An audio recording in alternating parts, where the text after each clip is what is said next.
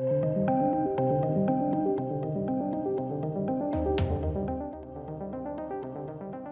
welcome ladies and gentlemen. As you can see here, Batgirl test screenings reportedly receives positive response. Now, I can tell you from my source, that's a lie. The film is a mess.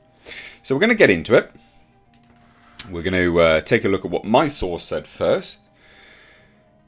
Quite a lot of details, in fact. So we'll get to, our spoiler warning is now, I guess you could say.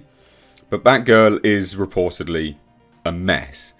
So yes, there were test screenings, but the reports of it being positive is entirely false. And I will sort of hold my hand up and vouch for that for what it's worth. Those that have been here for some time will know my track record when I say I stand by my sources, on specific things, and they've come to me directly. So, first things first, the Michael Keaton Batman and Barbara Gordon partnership that has been spoken about in current leaks is not actually true. Keaton is in the film for 5 or 6 scenes total. Not a lot. So they're once again using him to sell the movie, much like they are Flash.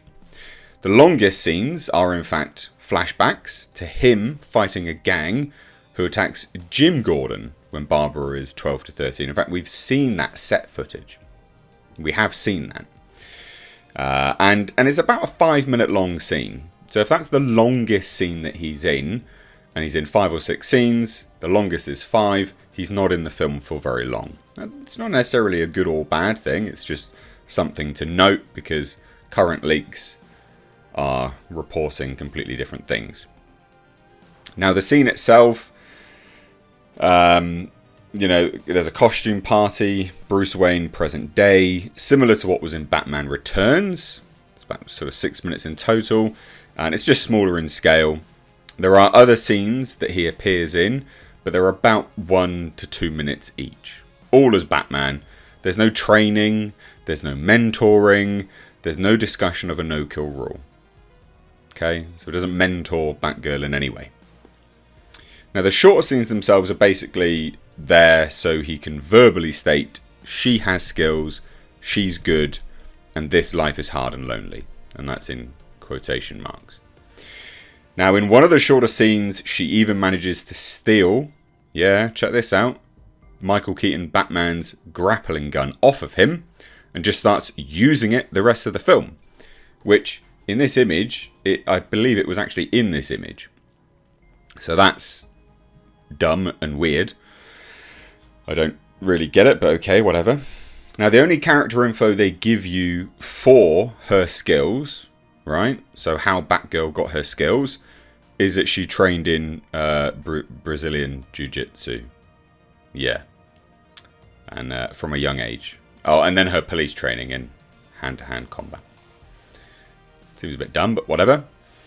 Michael Keaton, he doesn't take any part at all in the Firefly aspect of the story. Because obviously we know that he's in it.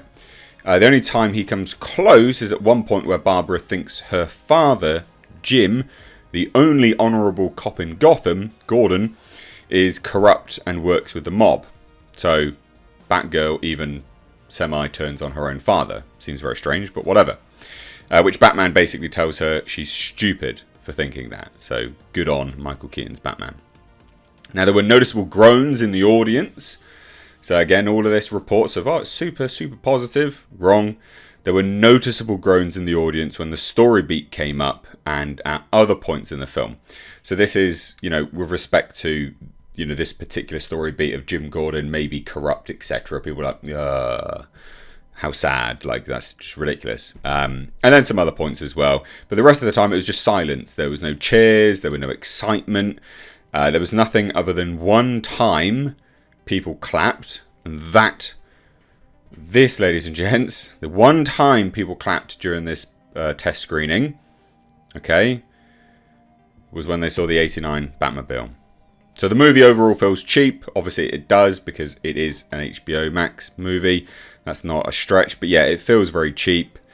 Like Halle Berry's Catwoman to Burton's Batman feeling quality drop. Most of the cinematography is nothing special, doesn't attempt anything visually unique or interesting, and if there's a glimmer of something you realise, that's just because they're copying another film. Choreography's all over the place, sometimes looks ridiculous in its execution.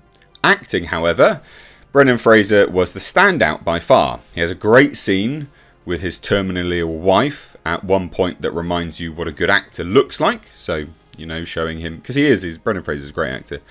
J.K. Simmons was J.K. Simmons. Doesn't really have that much to do because he's not not around that much. He's just sort of not given that much to do, which is a shame. And they could have used more scenes with him and Leslie Grace to build their relationship, which you would have thought that they would have done, being father and daughter. They have 5 short scenes total, 2 for plot continuation solely. Keaton was better in The Flash, apparently, than he was here. Not horrible, but he just felt like, you know, the Batman in The Flash, where here he looks old and it just doesn't really play that well. Leslie Grace as Barbara Gordon felt like it's a combo of the actress who's got very limited acting range, coupled with a material that doesn't have that much to work with. So, you know, the material isn't lifting her up, but equally so, you know, she's not a particularly great actress either. She's just kind of there, basically. The moments where she could add more depth and emotion, she doesn't. And you never really buy her transformation into Batgirl, which makes sense because they don't really explain that much. Now, worst character trait for the protagonist also leads to no real detective work in a Batman-Batgirl story. Barbara Gordon is shown to have a perfect visual recall memory. That's our plot device. Yep, she's got like photographic memory. She can visually remember anything from her past, down to anything that happened to be in the room, and, ladies and gents, can zoom in on the smallest detail of that detail.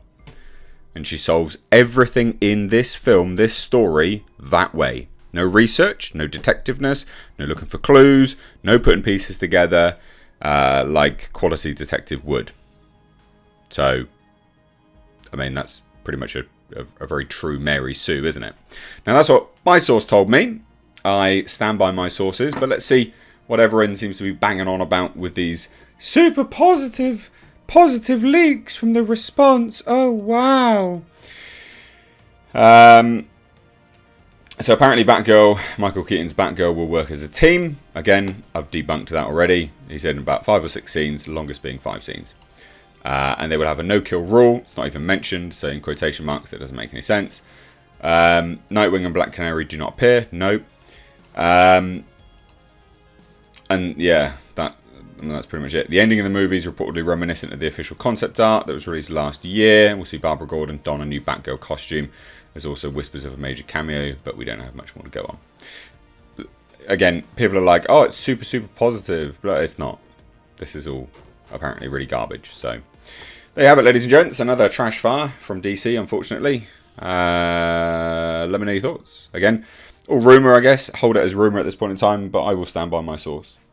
Also, ladies and gentlemen, consider checking out my Teespring store. Supporting the channel via this way does go a long way. But also, not only that, you do get to wear some awesome merch. These are one-of-a-kind designs designed for me by my graphic designer. We, of course, have our Clown World line, which is in mugs, hoodies, t-shirts. We've got Space Jeebus. And then for something a little bit different, we, of course, have right down at the bottom right here, we have our Pulsar GTIR. Also, ladies and gentlemen, consider checking out and supporting my second channel, which is Car Nonsense. This is a vlog and car channel. You can find links to this in the description box, along with my Teespring. Please do consider supporting.